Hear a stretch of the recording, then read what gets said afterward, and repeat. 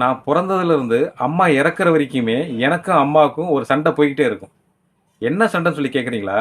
சாமி சண்டை. அம்மா என்ன சொல்லுவாங்கன்னா, அம்மா நம்புற சாமியை, அம்மா கும்பிட்ற சாமியை என்னையும் கும்பிடுன்னு சொல்லி அம்மா என்கிட்ட சொல்லிக்கிட்டே இருப்பாங்க. வலியுறுத்திட்டே இருப்பாங்க. கட்டாயப்படுத்திட்டே இருப்பாங்க. நான் அம்மாட்ட சொல்லுவேன், அம்மா நீங்கள் கும்பிட்ற சாமி, நீங்கள் நம்புகிற சாமியை நீங்கள் நம்புங்க. நான் எந்த தொந்தரவும் பண்ண மாட்டேன். ஆனால் நான் நம்புகிற சாமியை, நான் கும்பிட்ற சாமியை தான் நான் கும்பிடுவேன். என்ன நீங்கள் தொந்தரவு பண்ணாதீங்க அப்படின்னு சொல்லி அம்மாக்கிட்ட நானும் சொல்லுவேன். இதனால் அம்மாவுக்கும் எனக்கும் நிறைய வாக்குவாதம் வரும். ஒரு தடவை அம்மா கேட்டாங்க, சரிடா, நான் நம்புகிற சாமி, நான் கும்பிட்ற சாமி என்னன்னு சொல்லி எனக்கு தெரியும். நீ நம்புகிற சாமி, நீ கும்பிட்ற சாமி யாரு அப்படின்னு சொல்லி அம்மா என்கிட்ட கேட்டாங்க. நான் நம்புகிற சாமி, நான் கும்பிட்ற சாமி அப்பா அம்மா தான். நீங்கள் தாம்மா எனக்கு கடவுள் அப்படின்னு சொல்லி அம்மாட்ட சொன்னேன். அம்மாவால் எதுவுமே பேச முடியல.